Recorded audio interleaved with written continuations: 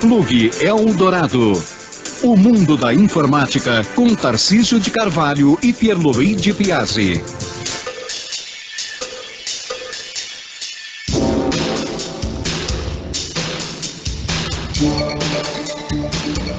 Olá a todos, bem-vindos a mais um programa Plug Eldorado aqui pela Rede Eldorado.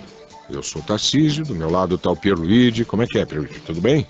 Tudo tranquilo, tudo nos trinques, como disse, porque na realidade parece que na vida não está muito tranquila para os nossos ouvintes que têm computador, viu, Tarcísio? Porque o que está chegando de e-mail com problema... Exatamente, nossa. Então, para quem está ligando aqui no programa pela primeira vez, o programa se destina justamente a tirar dúvidas, ou pelo menos a divulgar as dúvidas dos que estão lidando com computadores agora. Não precisa ir longe, Pierluigi. A gente faz esse programa aqui, né, juntos há quantos anos? Há 10 anos, entre uma época que a gente estava em outra emissora e na Rede Eldorado. A gente, na Rede Eldorado, só de Rede Eldorado, a gente já passa dos 4 anos aqui no ar, né? Pois é, quantas e quantas noites você, Pierluigi, passou em claro, tentando resolver um problema relativamente sério no seu computador? Pois é. Eu também. Sabe, aquela coisa de falar, nossa, deu um pau geral, né? Desculpem o termo, mas dar pau é um jargão da informática. Sim. Quando o computador não funciona legal, você fala, ih, deu pau, né? Quer dizer, deu problema. E quando dá um desses paus gerais, assim, a gente fala, ih, agora vou perder tudo. Aí você fica desesperado. Aí você fica tentando, né, várias técnicas de recuperação daquilo que parece ser irremediavelmente perdido. Né? Enfim, a gente perde, às vezes, madrugadas e madrugadas fazendo isso. Então, o computador, eu acho que, claro, ele veio para ajudar muito, a vida da gente está muito dependente até das redes, dos computadores. Hoje em dia, mesmo que a pessoa não tenha um computador em casa, ela tem acesso a computadores no banco, num centro de acesso, ou até num hospital, quando ela vai lá, tem lá todos os dados dela cadastrados no computador. Enfim, o acesso ao computador, a vida dependente do computador está cada vez mais... ou melhor, a vida está cada vez mais dependente do computador, né? Não, mas muito dependente mesmo, infelizmente, né? Mas de qualquer forma, se você tiver alguma dúvida, você manda um e-mail no info@redeeldorado.com.br, tomando cuidado. Isso, cuidado de que no campo assunto do seu e-mail, você deve escrever o nome do programa, uma espécie de senha para que a gente possa reconhecer que você é um ouvinte e não um spammer, né? Alguém que está mandando e-mails indesejados para cá. Ou seja, escreva no assunto do programa Plug Eldorado, tá? E depois escreva a sua dúvida no corpo do programa, tá? Você pode escrever a sua dúvida, o próprio assunto, você põe lá Plug Eldorado e diz, olha, dúvida sobre isso. Ótimo. Aí você vem no corpo do e-mail e detalha, claro, qual é a sua dúvida, ou então a sua dica, ou então a sua ajuda para resolver alguma outra dúvida de outro ouvinte que a gente não soube responder. É claro, a gente não sabe responder a todas, mas quando não sabe, a gente lança, deixa no ar, e sempre tem algum ouvinte como você que pode já ter passado por um problema semelhante, e aí, né, dá essa força aqui pra gente, e principalmente pro ouvinte desesperado que estava com aquela dúvida que não foi respondida. O Adriano, que nos manda um FTA, um fraterno e tríplice abraço. FTA, FTA. Interessante. Diz o seguinte, ele gravou 92 clipes em um DVD, só que para ouvir no carro só as músicas, ele usou um programa DVD Audio Extractor, que extrai as músicas e gravou todas elas em MP3, num CD de 700 MB. Diz que deu tudo certo. Beleza. Acontece que duas amigas... Aliás, gostaram... olha aí, uma dica, hein? DVD Audio Extractor. Aproveitando a dúvida, já acabou virando uma dica. DVD Audio Extractor, pelo que o nome desse aplicativo sugere e faz realmente, pelo visto, extrair o áudio, né? a trilha sonora de um DVD. Então é uma coisa interessante, né? Você tem, sabe, aqueles DVDs de shows que você põe lá no seu DVD player na sua casa, assiste ao show, ouve aquele som maravilhoso e tudo mais. Aí você fala, puxa, que legal, se eu pudesse ouvir pelo menos o som referente a esse show num carro. Então, olha aí, o DVD Audio Extractor faz isso, pelo visto. Ele extrai a trilha no formato MP3 e depois você pode queimar um CD comum de áudio para ouvir no seu carro. E aí, Duas amigas dele, do Adriano, gostaram das músicas e pediram para copiar o CD para que elas também, em MP3, ouvirem seus aparelhos caseiros. Uhum. Copiei e lhes dei tendo a certeza que estava tudo certo. Ao revê-las veio a surpresa. Nenhuma delas ouviu absolutamente nada. Me disseram que seus aparelhos não conseguiram ler o CD. Então tornei a gravá-los pelo Nero, usando aquela opção criar um CD de dados, que aliás é a melhor opção quando você vai gravar MP3, você está criando um CD de, está criando um CD de dados. Eu já passei por isso também, viu, Perluigi? Porque no próprio Nero tem as duas opções que para mim pareciam ser redundantes, que era criar um CD MP3 e criar um CD de dados.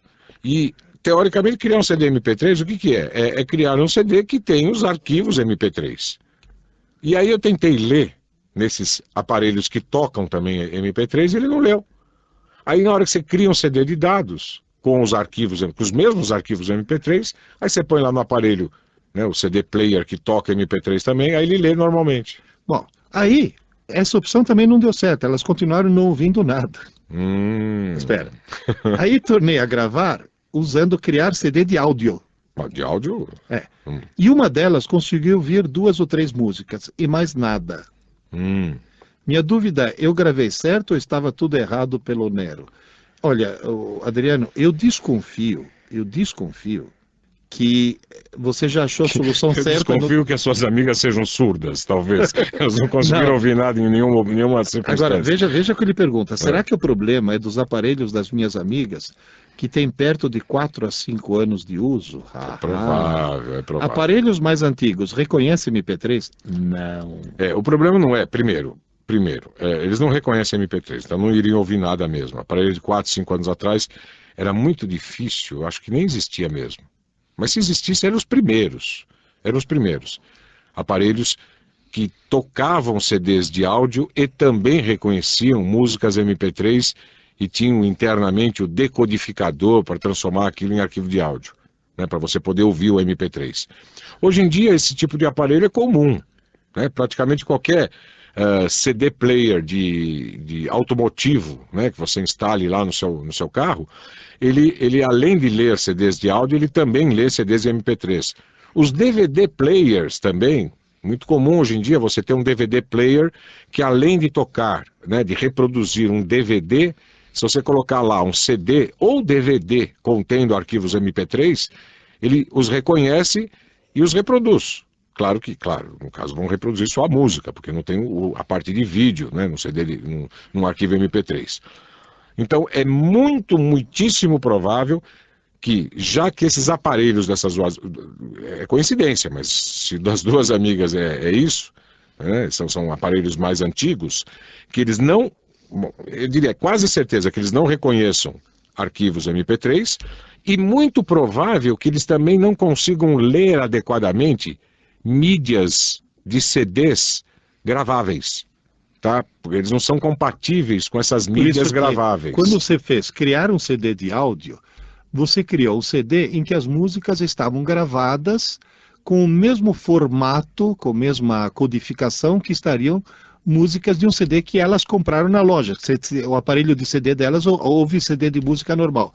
Acontece que, como é um CD gravável, apesar digamos assim, da lógica da gravação ser a mesma, a formatação física do CD não bate com o CD prensado. Exato. E aí... Aí os players antigos não conseguem acessar isso. Diz, me ajude, é uma questão de vida ou de morte. Estão pensando que eu estou com pouco caso para gravar as tais músicas. Adriano, então, olha, você pode fazer uma última tentativa. Ou compre um CD novo para elas, um CD player novo. Um CD player novo para elas, né? Que toca MP3, que lê tudo, né? Olha, espera, eu vou dizer só uma coisa. Se você comprar hoje um player de DVD, e os players de hoje de DVD lê CDs, MP3, lê tudo praticamente, Tarcísio, por R$ 70 dá para comprar um player. Eu sei que dá. Agora, a pergunta é, elas estão tentando ouvir onde? No carro? Não, Não, em casa mesmo? Em casa. Então faz o seguinte, sugira... Aparelhos caseiros. Sugira a elas. Elas devem ter um DVD player. Talvez até mais novo, né? Mais recente, em termos de fabricação, do que o CD player que elas devem possuir. Então, se elas tiverem um DVD player, sugira a elas que tentem ouvir esses CDs no DVD player.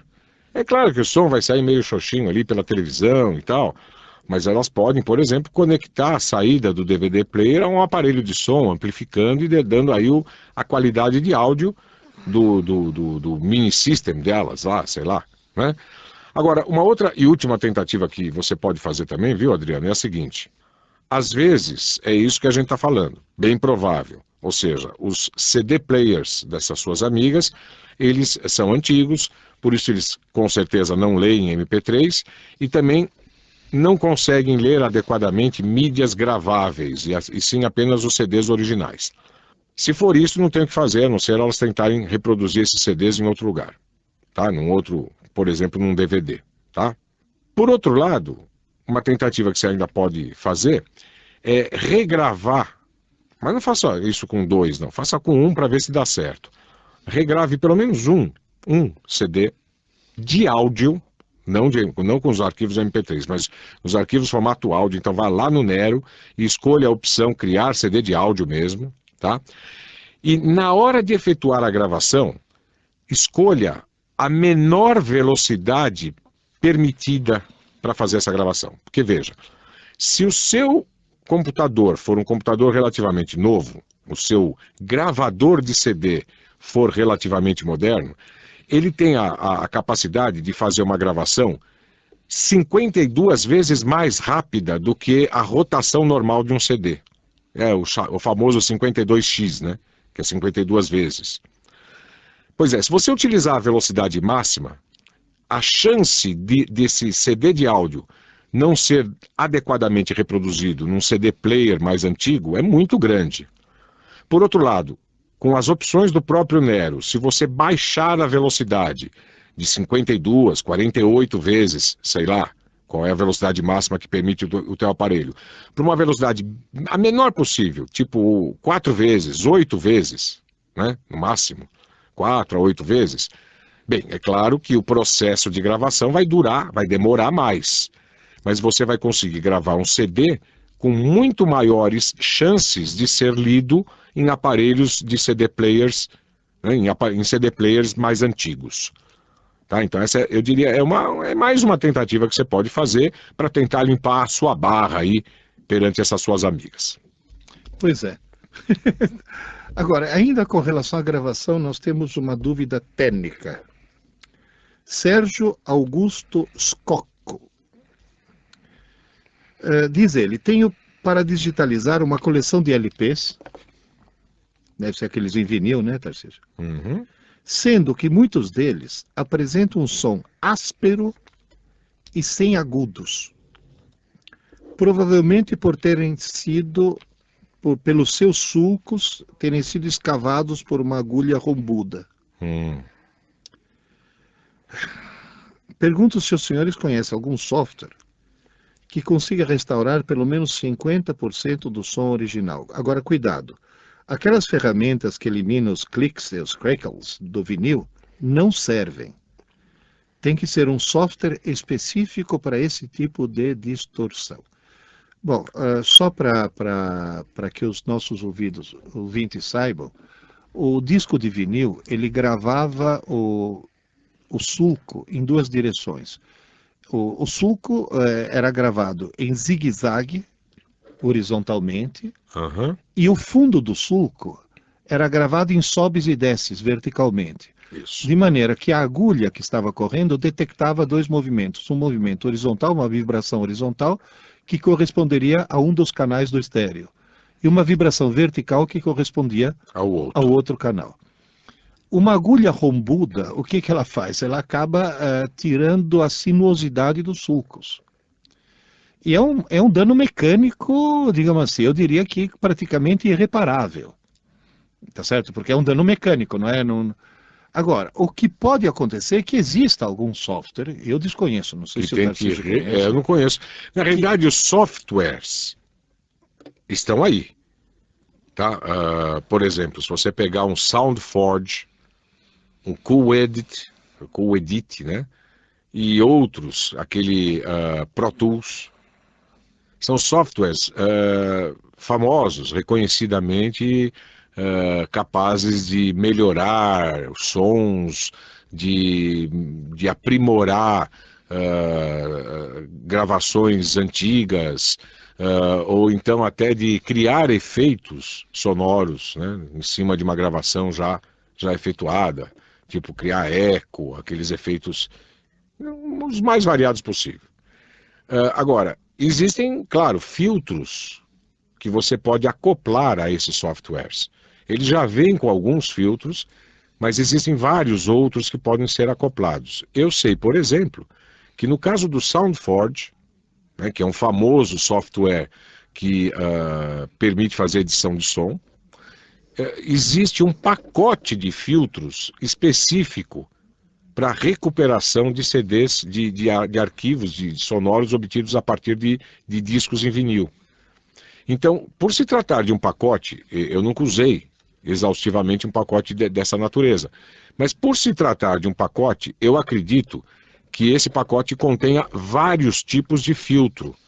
Um deles, com certeza, o mais famoso, é esse que elimina os cliques e pops e crackles aí, enfim, do vinil. Aquelas barulhinhos que pipocar, né, que aparecem no meio de uma gravação antiga.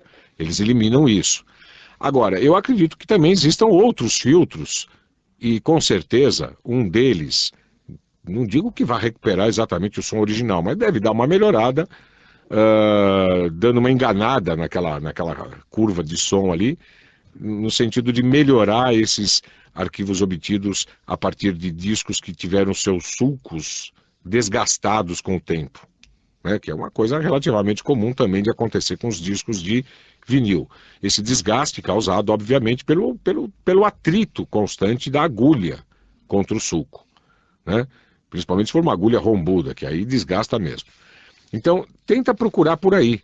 Eu entraria, no seu caso, viu, Sérgio, no Google, escreveria filtros, discos de vinil, filtros, SoundForge, por exemplo. Você provavelmente vai encontrar algum site que fale a respeito desses filtros e da capacidade deles, e aí você avalia se eles vão ser ou não me tira uma úteis. curiosidade, o SoundForge, ele tem nos seus comandos, como aqueles comandos que deslizam verticalmente, onde você monta o perfil das várias frequências que você quer? O envelope? É, um envelope. Existe Porque, isso. no caso dele, se ele reforçasse ao máximo o envelope dos agudos, aí e precisa analisar abaixar o os som. outros, e analisar, se ele perceber que mesmo assim não funciona, eu Veja, duvido que exista um filtro que permita recuperar. Normalmente a ideia é a seguinte: esses programas tipo SoundForge, Coedit, eles já têm filtros que você manualmente pode programar.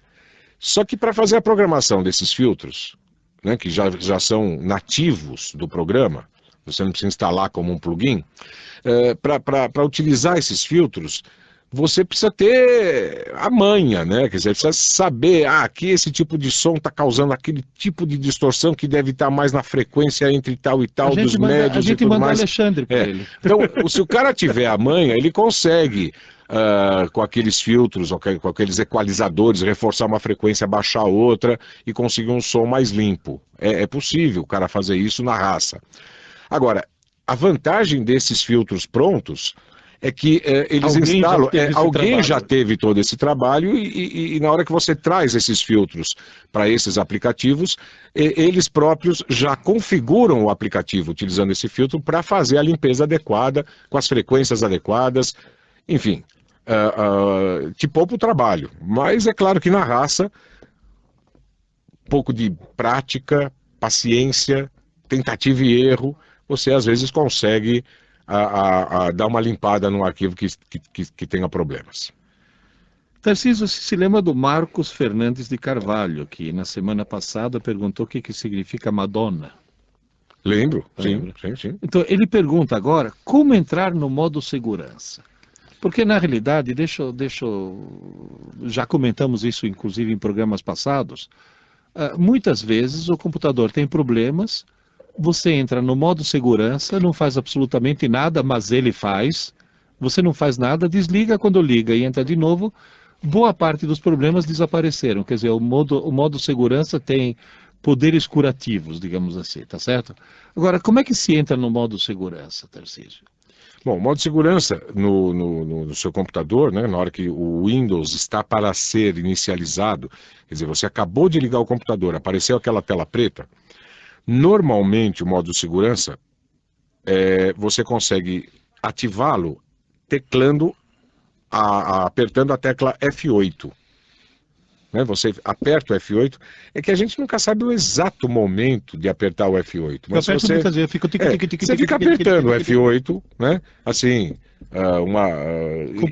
compulsivamente, ininterruptamente, e aí, é claro que numa daquelas pressões você vai acertar o momento adequado para poder forçar a entrada do Windows no modo segurança. Quer dizer, na realidade o F8 te remete, ele interrompe o processo de inicialização e te remete a um menu ainda em tela preta, que tem todos os modos de inicialização possíveis para o seu Windows. Começando pelo modo normal, né? Aí vem só o modo prompt de DOS, o próprio modo prompt de DOS com rede, depois o modo segurança. Aí você vai lá e escolhe, usando as teclinhas de navegação para cima e para baixo, né, as setinhas, você escolhe, seleciona o modo segurança e dá um Enter. Pronto, aí ele vai entrar, o Windows deverá entrar nesse modo, que é um modo, inclusive, rústico, bruto. Mas que tem uma vantagem enorme. Exato. Entre outras coisas, além de ter um poder curativo, se no modo normal detectou algum vírus que não é eliminável, e não é eliminável porque ele se instalou na memória, o Windows não deixa eliminar nada que esteja rodando em memória, no modo segurança, como ele carrega na memória só o mínimo indispensável, não deixa carregar nada na memória, a não ser o mínimo indispensável, e o vírus não é considerado o mínimo indispensável, então aí o antivírus consegue eliminar o maldito, tá certo? Estando no modo segurança. Tem essa segunda vantagem, viu, Marcos? Então o modo segurança é uma coisa bastante interessante. Na hora que o Tarcísio me falou aquele clique no F8, se lembra que uma vez um ouvinte mandou... Era Ctrl. Não, mandou uma mensagem dizendo... Mas tinha uma outra técnica, lembra? Antes de você falar disso, você ligava o computador e ficava com o dedo pressionando a tecla Ctrl. Era uma outra técnica. Aí não precisa ficar apertando, você mantém ela pressionada e liga o computador. Exatamente. E aí o Windows já entra, pelo menos algumas versões do Windows já entram diretamente naquele menu e não inicializam normalmente. Se lembra que o cara falou quando você, ligando para a clínica psiquiátrica, e aí o cara dizia, se você apertar a tecla 3, se você tiver complexo de inferioridade, aperte a tecla 3, porque nós não vamos atendê-lo mesmo, você não merece isso. E ia falando, e teve uma hora que falou, e se você for paranoico, não precisa apertar nada, nós sabemos quem é você. Tinha uma outra também, se você for obsessivo compulsivo, fique apertando obsessivo e compulsivamente a tecla 9. Então, você me lembrou obsessivo compulsivo aí no caso. Tarcísio, temos aqui uma dúvida muito longa, não vai dar para ler todos os detalhes, mas é do Carlos Lopes, mas basicamente o Carlos Lopes diz o seguinte, eu tenho um monte de vírus no meu computador, em quarentena. Alguns deles já estão dormindo em quarentena há anos. Há mais de 40 anos. Estão mais tempo no computador lá do que Moisés vagou pelo deserto, tá certo? Preciso que os professores me ajudem a eliminá-los. Bom, olha, de cara eu vou te dizer uma coisa. Se você tem alguma coisa em quarentena há anos e ela não fez falta, nada aconteceu, o que está em quarentena é uma coisa absolutamente inútil e provavelmente nociva e acaba com isso. Então faça o seguinte, entre no seu programa antivírus e procure a opção para limpar a quarentena. Pronto, aí você vai eliminar os vírus da quarentena e provavelmente os arquivos que tinham sido infectados não vão fazer falta porque são arquivos. Porque é o seguinte, existe uma diferença entre vírus e verme. Sabe qual é? O vírus, na realidade, É primeiro de tamanho, né? Que o verme normalmente tem alguns centímetros. ele é maior. E o vírus é microscópico. Aliás, tem a ver com isso mesmo.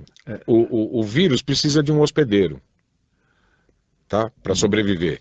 Então, na realidade, o vírus, o que que é? É um programinha, um programete malicioso que causa danos ao computador, mas que se acopla, ele acaba se integrando num outro programa, num outro aplicativo, tá? Ele infecta um outro aplicativo, tá? Porque o código dele acaba se adicionando a um outro aplicativo.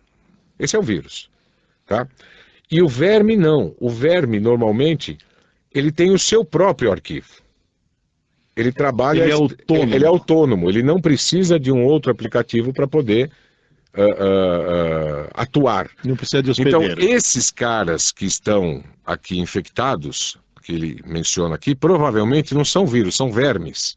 Porque eles não fizeram falta.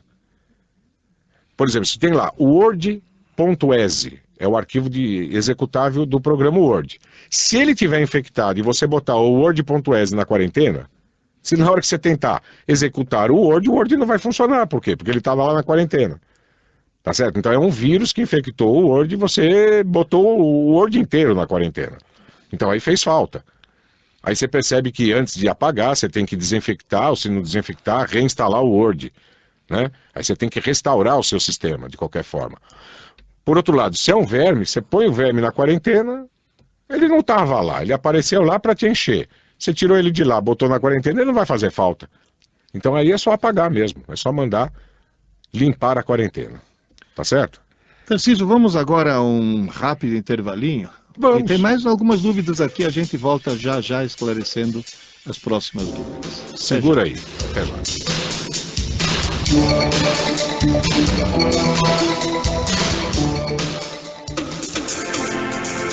Você ouve Plug Eldorado, com Tarcísio de Carvalho e Pierluigi Piazzi. Agora na Eldorado, Infodrops com Tarcísio de Carvalho e Pierluigi Piazzi. Nosso ouvinte do Plug Eldorado, Abel, ao ouvir os constantes alertas que temos feito durante o programa, avisando os pais para os perigos da internet, nos lembrou de um velho batalhador com os mesmos ideais. Trata-se do professor Setzer, do Instituto de Matemática e Estatística da USP, que vem alertando a respeito desses perigos desde antes da explosão do consumo de games e computadores pessoais. Se você tem filhos, principalmente pequenos, vale a pena uma visita ao site pessoal desse brilhante professor. Para acessar esse site, faça o seguinte, entre em www.intermatica.org e procure ali o Infodrop de número 894. 894. Tarcísio de Carvalho E Pierluigi Piazzi. para o Infodrops da rede Eldorado. Infodrops na Eldorado. Um dos grandes terrores para quem mexe com computador é um dia ficar na mão com o seu disco rígido, ou seja, não ter mais acesso aos dados lá gravados. Para isso, é interessante que você sempre fique atento à sanidade do seu disco rígido, à saúde do seu disco rígido.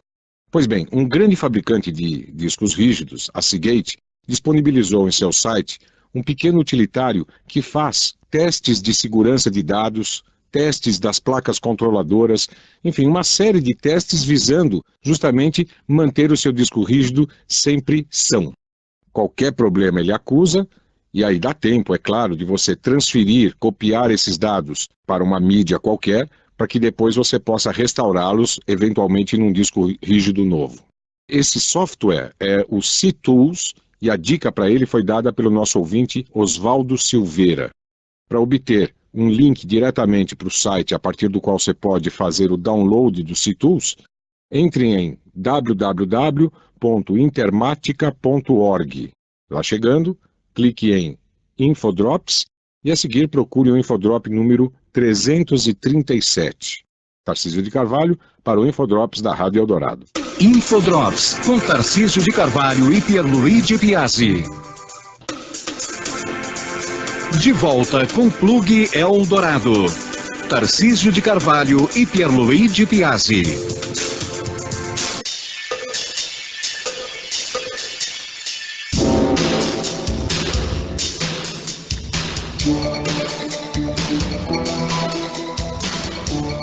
Estamos de volta agora com o segundo bloco do programa de hoje, o programa de número 245. Lembrando mais uma vez você, ouvinte, que não é assíduo, está ouvindo pela primeira vez aí o programa Plug Eldorado, você pode mandar suas dúvidas para o info@redeeldorado.com.br. Lembrando-se sempre de, no campo assunto, escrever o nome do programa. Está lá no seu e-mail, o item assunto, escreva Plug Eldorado. Claro que pode escrever o assunto do e-mail também e tal, mas não se esqueça de escrever Plug Eldorado para que a gente não o confunda com um spammer. Agora, mandar suas dúvidas ou também mandar suas dicas, como fez o Misael Soares Silva. Ele mandou uma dica assim que eu explorei lá, fui lá, é fantástica, fantástica. Se bem que essa dica, eu já vou até adiantar, é extremamente útil, mas infelizmente o brasileiro não tem muito costume de ler exatamente o que está como principal conteúdo da dica de site que o Misael mandou, né? Justamente, é para salvar o brasileiro que não tem o hábito de ler manual de instruções. É impressionante como aqui no Brasil o manual de instruções está sendo colocado no equipamento apenas pro forma. É porque a lei obriga, porque os usuários não leem. É uma coisa assim impressionante. Agora, você não lê o manual de instruções, acaba jogando fora. Ou perdendo, né? Porque quando você tem ali um novo equipamento, às vezes a gente até lê. Eu tenho o costume de ler, não há dúvida. Ainda mais hoje em dia, né? Câmera fotográfica digital. Elas vêm com tantos recursos que pelo menos dá uma lidinha no manual para saber quais os recursos, mesmo que você não vá usá-los na hora, eu preciso dar uma lida para saber o que a câmera é capaz de fazer.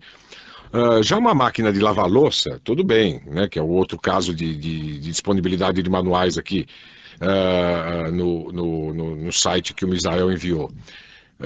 Você aprende a mexer uma vez na máquina de lavar louça, eu imagino que você não precise aprender mais, né?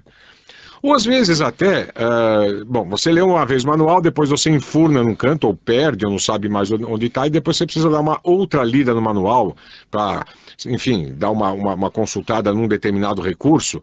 Pois bem, se você perdeu um manual de câmera digital, máquina de lavar louça, às vezes uma máquina de lavar louça de segunda mão que você comprou, veio sem manual, né? GPS, aparelhos de TV, equipamentos de som, celulares, são quantos? 883.542 manuais. De 3.627 marcas. Uma loucura. Agora, obviamente, muitos desses manuais estão em português, são produtos vendidos aqui no Brasil, muitos estão em inglês, para quem tem produtos importados. E o site é pt, se você quiser consultar em português, pt.diplodocs.com. É um trocadilho com um dinossauro gigantesco, herbívoro, sabe aquele que tem um pescoço muito comprido, que aparece até no Parque Jurássico, o primeiro dinossauro que é o Diplodocus, né? É o Diplodocus. Então eles fizeram também conhecido trocadilho com o nome de Apatossauro. É da mesma família. Da mesma família. Isso é parecidíssimo. São os pescoços longos, né?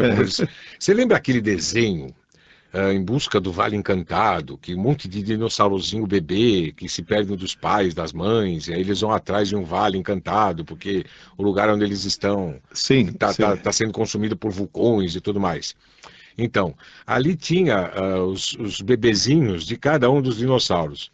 E um era a Apatossaura, que era uma filha de um apatossauro que eles chamavam de pescoços longos. Tem os pescoços longos, os 3 chifres, que eram os triceratops, né? Enfim.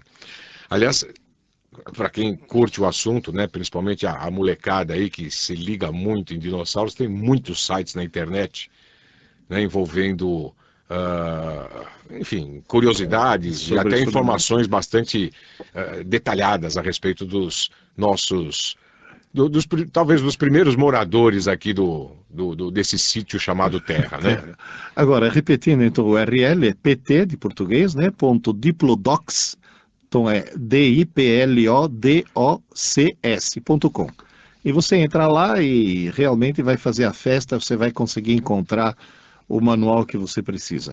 Agora, diz aqui o Misael que apenas para a nossa estatística, ele ouve o Plug Eldorado no domingo às 5 horas da manhã, quando ele tem insônia, obviamente. E aí vem uma crítica, acho que é uma crítica velada ao nosso programa, porque diz, às vezes o sono chega antes de terminar o programa, quer dizer, provavelmente é o programa que dá sono, a gente fica né? meio chato, repetitivo, de repente dá sono. Viu, Pierluigi? Deixa eu te fazer uma pergunta.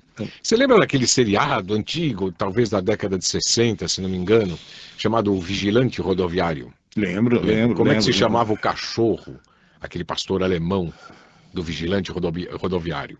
Um nome, um substantivo comum, bastante simples. Não sei. Lobo. Lobo, isso. Lobo. Lobo. Pois é, eu estou falando tudo isso porque o nosso ouvinte já de bastante tempo aí, E colaborador, o colaborador também, o Reinaldo Menezes, está nos enviando aqui um e-mail dizendo que recebeu na casa dele uma amiga que mora lá em Miami, e ele apresenta até um link que o fez voltar ao passado, com muita alegria.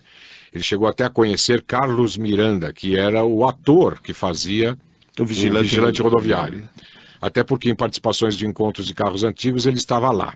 Uma grande pessoa, foi um grande artista da época, professores, sem comentário, né? Nota 1000. E aí ele passa o endereço www.vigilanterodoviario.com e ainda um outro link que depois a gente associa aí a um infodrop, se for o caso, provavelmente YouTube, de um vídeo no YouTube que deve fazer menção ao Vigilante Rodoviário, se não for, né, um capítulo. Porque no YouTube você acha capítulos de tudo. Outro dia eu achei, me deliciei, em partes, né, porque são normalmente programetes de meia hora, então não dá para ter um vídeo comprido desse jeito. Até dá, mas eles dão uma quebrada. Mas achei em 3 partes de 10 minutos cada, aproximadamente, um episódio daquele Thunderbirds. Você lembra do Thunderbirds? Sim, claro. Era aquela uma coisa assim super maluca para a época, né? Que era aquelas animações com marionetes. Né? Era muito engraçado. Tem até um professor amigo meu, Estevão, um abraço para ele, que ele imita aqueles bonequinhos andando. Então é aquela coisa desengonçada com os braços batendo de lado, assim. Ele é muito engraçado, né? Agora, você vê, você falou sobre coisas antigas e falou sobre dinossauros. Existe uma parte do primeiro filme fantasia do Walt Disney. Sim. Existe a peça musical, é a Sagração da Primavera, de Stravinsky. Mas o tema que os desenhistas de Walt Disney fizeram foi sobre a extinção dos dinossauros. Então você vê os dinossauros desaparecendo da face da Terra, morrendo. Tem 2 coisas, toda vez que eu passo em vídeo, nas minhas palestras, esse trecho, essa cena, tem 2 coisas que surpreendem muito a molecada. Uma é não saber que a trilha musical não foi feita para o desenho, mas seu desenho foi feito para a trilha musical. Certo. Porque se encaixa tão bem que dá a sensação que alguém fez o desenho e depois alguém compôs uma música em cima. Na realidade, o tema da música é completamente diferente. Né? Stravinsky já tinha composto a Sagração da Primavera quando o primeiro fantasia de Disney tinha sido produzido, né? E a segunda coisa que deixa as crianças muito admiradas é saber que aquele desenho foi feito à mão, que naquela época não tinha computador. Não tinha recurso de saber que demorou meses e meses para fazer cenas assim que duram segundos, né? Porque na realidade é o desenho. E uma curiosidade a respeito do filme Fantasia, que eu encontrei na internet, eu achei que eu tinha ficado louco, e tem um internauta que também achou que tinha ficado louco, achou que sonhou. E eu achei que tinha sonhado também. Quando encontrei esse internauta que teve o mesmo pesadelo que eu descobri que na realidade nenhum dos dois estava louco, o Walt Disney que foi sacana.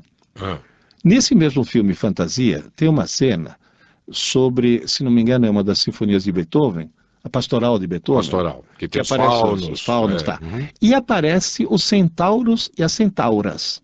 Só que como o filme foi feito numa época de extrema discriminação racial nos Estados Unidos, as centauras louras são maquiadas, vestidas, enfeitadas por centauras empregadas, negras, que em vez de ser uma mistura de mulher e égua, são uma mistura de mulher e zebra, para dar o toque africano da coisa.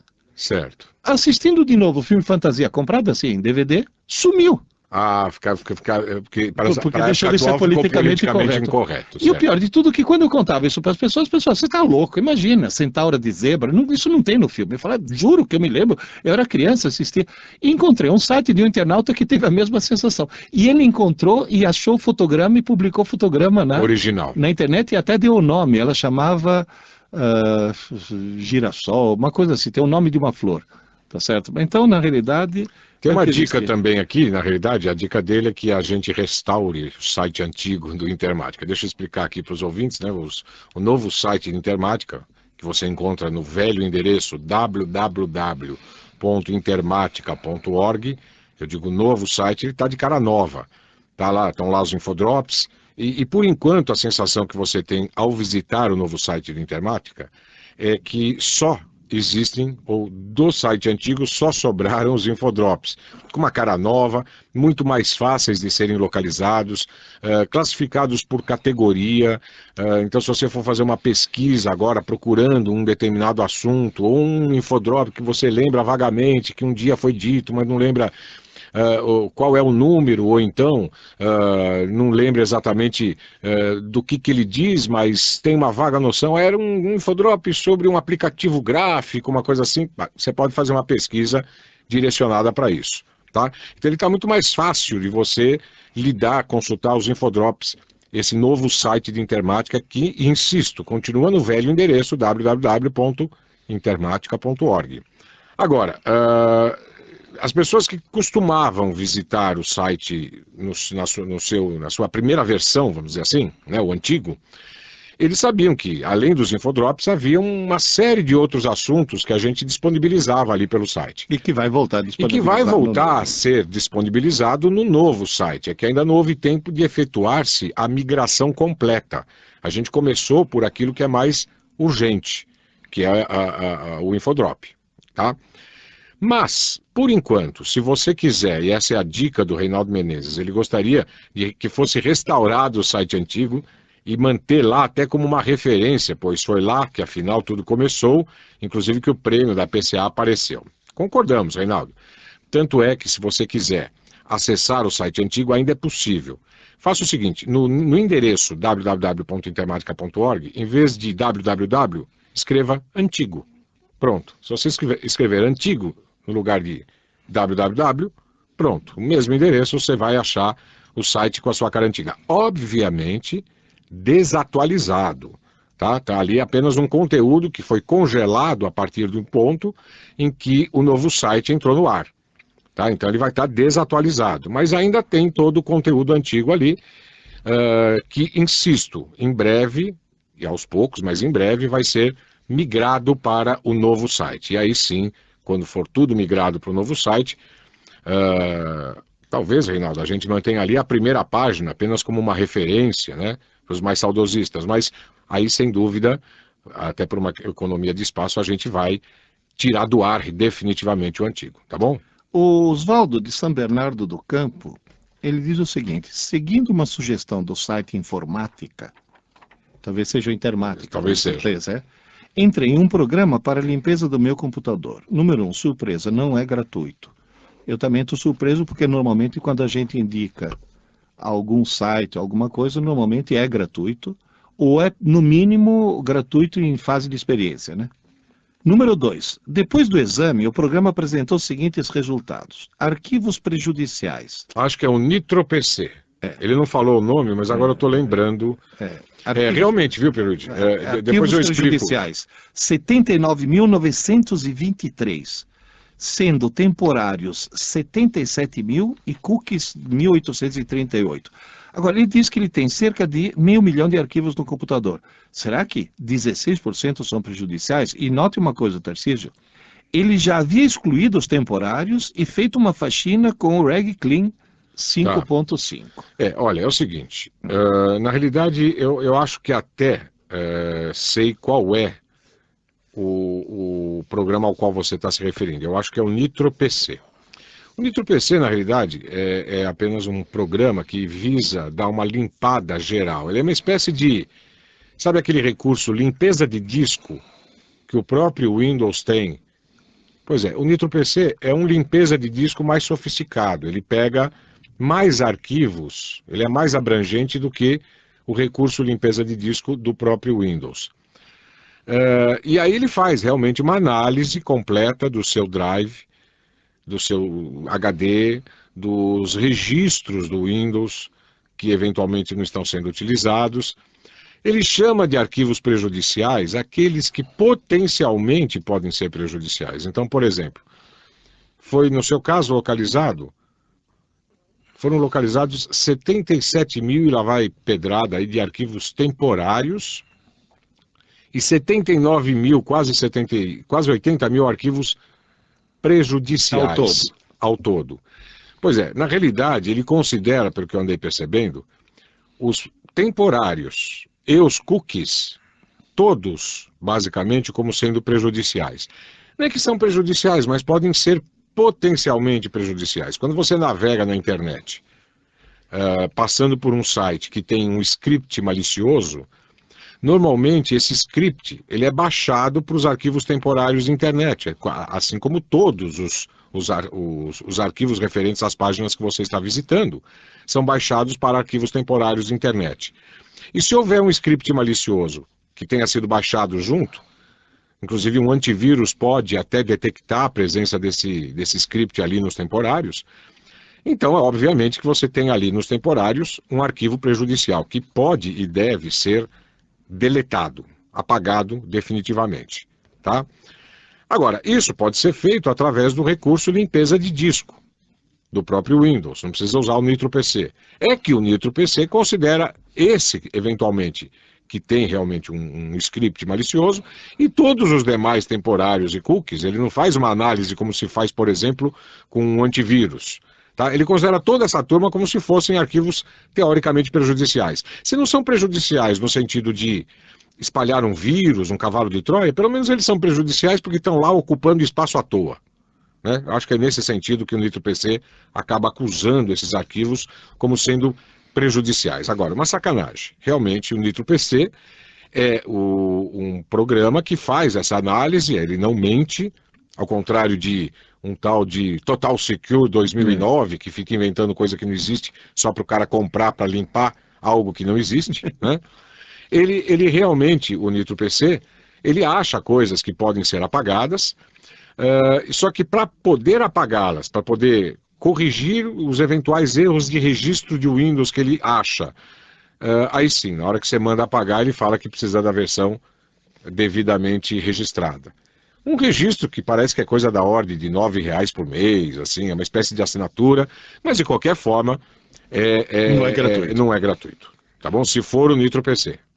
Se for outro, eu não sei. Você escreve pra gente outra vez, porque eu estou tentando adivinhar, viu, Oswaldo? Você não falou qual é exatamente o Infodrop ou o nome do programa que está fazendo isso com você.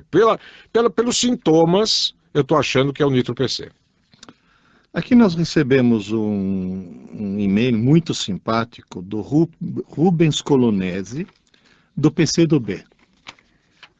Sendo que PCdoB é partido dos calabreses do Bexiga. Certo. Tá certo. Você não é calabrês, né? Você não, barês. Eu sou descendente de barês. Não da Calábria, mas da Puglia. Você não é da ponta da bota, é do salto da bota. É do salto, exatamente. Do salto da bota. Ele diz, ele também é da terceira idade, como nós, eu pelo menos, o Tarcísio ainda chega lá. Se Deus quiser. Se Deus quiser. Ele diz que gosta muito da Rádio Eldorado e gosta muito com relação aos assuntos tratados no programa. Mas diz que o que nos cativa é a voz, principalmente a minha, essa porcaria de... Que, aliás, o Tarcísio tem voz de locutor, né? Mas lembra da Itália, da saudade da Itália. O meu sotaque, pelo menos, tem essa vantagem, de lembrar por calabrês. Ele é ouvinte fiel do Geraldo Nunes, o Geraldinho, né, como ele trata, e diz que a semana passada o Geraldinho comentou que o senhor Antônio de Atibaia, que é ouvinte do programa, estudou comigo, com o Pierluigi. Sim, o mundo é pequeno, né? Eu tenho muitos ex-alunos e nos manda Feliz Natal, próspero Ano Novo, e que tudo dê certo para nós. Olha, muito obrigado. Um feliz Ano Novo, espero que todos tenham passado um ótimo Natal também, né? E já aproveitamos para desejar aqui a carona aqui no e-mail E você falou tantos nomes aí que agora... Rubens Colonese. Do Rubens, isso. Rubens Colonese. O Rog também nos manda... E agora, olha que coisa engraçada. Estou escrevendo para agradecer a companhia, sempre muito agradável, dos senhores. Desejar bom Natal, feliz ano novo, e aproveitar e dizer que o site novo ficou bárbaro. Olha, Rog, então, muito obrigado. E ótimo ano novo também. 2009, e é muito engraçado um fenômeno que acontece aqui com o nosso programa, que tem muita gente que não está muito interessada em computadores, viu, Tarcísio? Mas está interessado em ouvir dois amigos batendo papo, né? Pois é. É uma coisa que é meio rara. Olha, mas para quem estiver interessado em computadores, dia, né? Tenho aqui uma dica interessantíssima do Oswaldo Silveira, lá de Guarulhos. É um site que ensina a fazer uma infinidade de coisas. Eu aprendi, sabe, a fazer o quê? Eu entrei nesse site e aprendi a falar...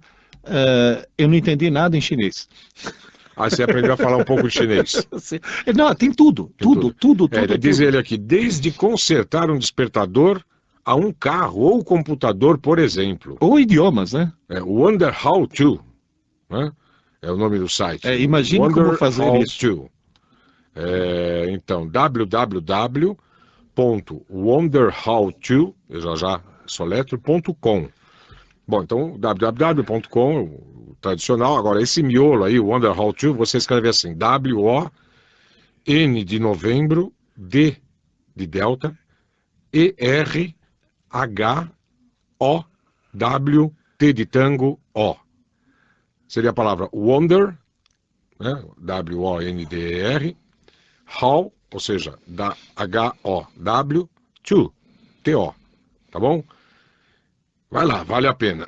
Claro que vai virar um infodrop também, né, Pierluigi? Ah, sim, com certeza. Aliás, já virou. Já virou. Não sei que número que é, já virou infodrop. Já virou.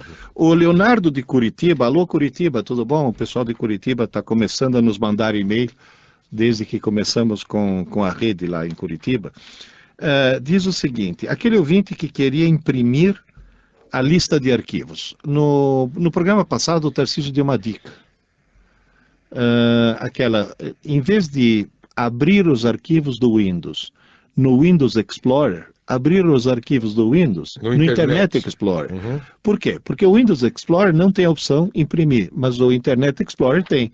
Então você abre e você manda imprimir. Inclusive é interessante porque a hora que você abre no Internet Explorer, cada arquivo ou cada pasta e subpasta que existe naquela, a partir da qual você o abriu, passa a funcionar como um link. Daí você navega, normalmente clicando sobre as pastas ou arquivos para você migrar de uma pasta para outra, enfim. Você navega, em vez de navegar na internet, você navega dentro do teu computador. No seu HD, exatamente. Agora, o Leonardo diz que existe um software, para quem está interessado, chamado JR Directory Printer. Eu conheço, muito bom. Que você encontra no www.com/freetools. Esse eu vou soletrar porque é www.s P de Papa, A, D de Delta, I, X, B de Bravo, D de Delta.com. Spadixbd /Free Tools, né? F-R-E-E-T-O-O-L-S. E é Free Tools, né? Quer dizer, imaginamos que ele seja um freeware, gratuitas, né?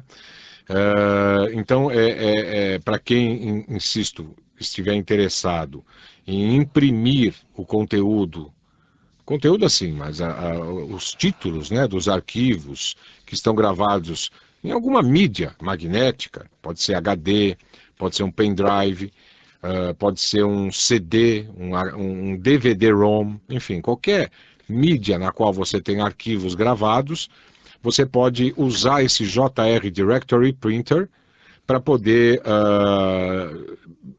imprimir, eventualmente, né, efetivamente uma lista desses arquivos. E aí, sei lá, enfim, catalogar. Às vezes é interessante, né? Eu mesmo preciso criar vergonha, eu tenho lá em casa um monte de CDs.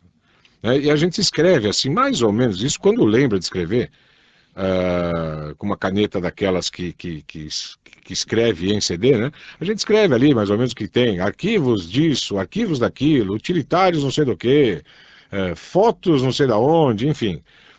Mas, ou quando a gente não escreve, ou até por falta de espaço para detalhar, muitas vezes a gente está procurando um determinado arquivo e não sabe onde ele está. né? Então, legal, seria interessante você, em vez de escrever isso, por exemplo, numerar os CDs que você tem na sua casa, né? Vai fazendo uma numeração sequencial, e aí você imprime mesmo, né? Imprime, pode até imprimir para PDF, usando aquele PDF Redirect, se você não quiser usar papel, né? Aí você cria um arquivo PDF com o conteúdo organizado, listado de todos os seus CDs, DVD-ROMs, do seu HD, do seu pendrive, dos seus pendrives. Enfim, quando você quiser fazer uma busca por algum arquivo e tal, você vai lá, abre esse PDF, por exemplo, ou pega a listagem impressa e acha lá o que você quer e vai direto no CD. Aí é claro que para poder achar o CD, pelo menos numerar você precisa, né? Pelo menos, é o mínimo, tá? Olha, outro dia, viu, Tarcísio, encontrei um velho amigo, que era diretor de uma escola onde eu lecionei, em que eu me lembro que quando a gente fazia o programa na outra emissora, até tirei o pelo dele no ar, no microfone, porque ele salvava e nunca sabia onde. Salvava. Salvava onde, eu não sei. E aonde não sei. Aí toca eu depois, durante meia hora, procurar no micro dele onde diabo ele tinha salvado, até ele perceber que existe uma coisa chamada... Quando tá no micro, tá bom. O problema é quando tá dentre 100, 120 CDs. Aí se torna a famosa missão impossível. Quer dizer, aí se você não se organizar do jeito que o Tarcísio falou, simplesmente você não vai conseguir achar absolutamente nada. Você tem, mas você nunca vai achar. Tarcísio, estamos chegando no fim do programa. Estamos, né? Pois é, então vamos nos despedir aqui de todos, despedir de vocês todos que se mantiveram fiéis aí ao Plug Eldorado durante o ano de 2008, desejando a todos vocês um excelente 2009 que está por vir aí. Obrigado a todos, obrigado pela audiência e espero todos vocês aqui plugados novamente no primeiro programa de 2009. Até lá. Ok, até o ano que vem. Plug Eldorado, os desafios da informática com Tarcísio de Carvalho e Pierluigi Piazzi.